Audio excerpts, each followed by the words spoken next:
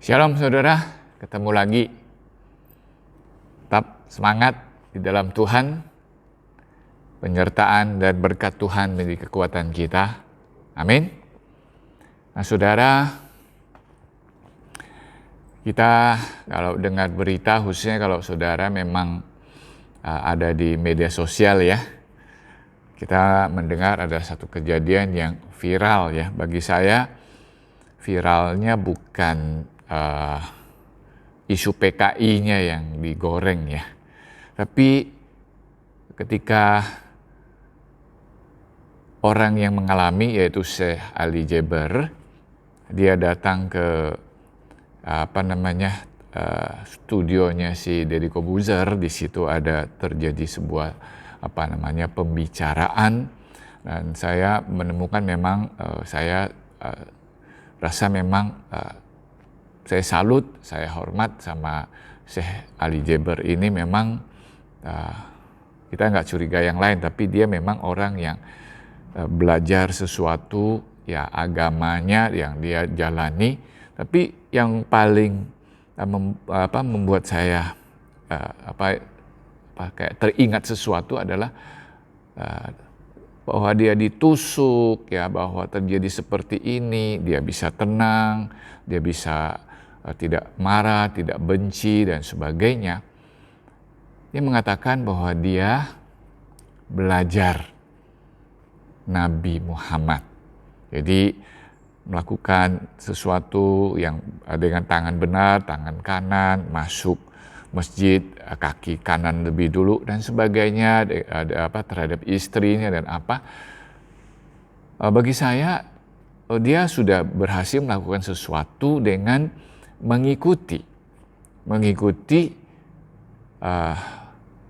jadi seorang guru yang dia anggap yang terbaik, yang terpenting. Nah, saya langsung diingatkan bahwa oh iya, saya orang Kristen, saya punya Tuhan Yesus. Apa yang saya lakukan? Saya belajar Tuhan Yesus. Betul teman-teman. Namun bagi saya, kita tidak sekedar belajar Tuhan Yesus. Tapi kita ini percaya bukan saja belajar. Yesus memang bilang, datang dan belajarlah padaku. Tapi ada sebuah perubahan yang total karena kita tinggal di dalam Yesus dan Yesus tinggal di dalam kita. Nah, saudara, saya ingin mengajak kita melihat satu orang dengan membaca satu ayat firman Tuhan ya.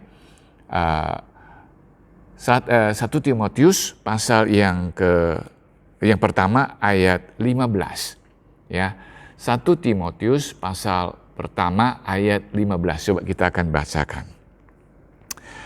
Perkataan ini benar dan patut diterima sepenuhnya.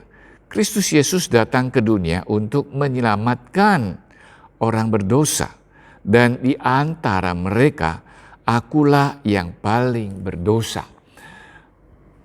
Teman-teman, saya mau jujur kepada saudara bahwa ayat ini setiap kali saya membacanya selalu memberikan sebuah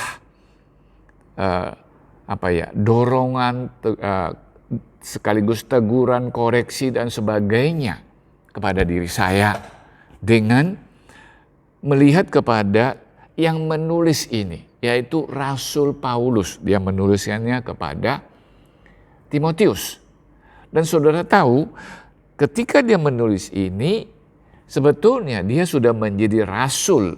Dia sudah sukses, dia sudah memimpin banyak orang percaya kepada Tuhan, sudah banyak merintis banyak jemaat, menulis banyak sekali surat-surat. Tapi yang luar biasa dikatakan, Yesus datang menyelamatkan orang berdosa. Dan diantaranya, aku paling berdosa. Nah, khususnya bahasa Mandarin, cui kui. Ini selalu mengingatkan saya bahwa Syekh Ali Jaber hari ini, saya tidak tahu, saya merasa dia yang viral itu bukan isu PKI atau isu tusuk, tapi dia bisa begitu tenang dia bisa mengatakan aku tenang, aku tidak aneh. Itu menjadi sebuah yang viral yang sebetulnya bisa dilihat oleh orang banyak mengatakan, wow, saya mau seperti dia. Tapi saudara, hari ini saya mau ngajak saudara kita mau belajar dari Paulus, dan Paulus mengatakan, teladanilah aku, kan aku meneladani Kristus. Jadi hari ini saya diingatkan bahwa ada yang perlu kita belajar ya dari siapa? Dari Tuhan Yesus. Dia memang guru kita. Dia itu anak Allah.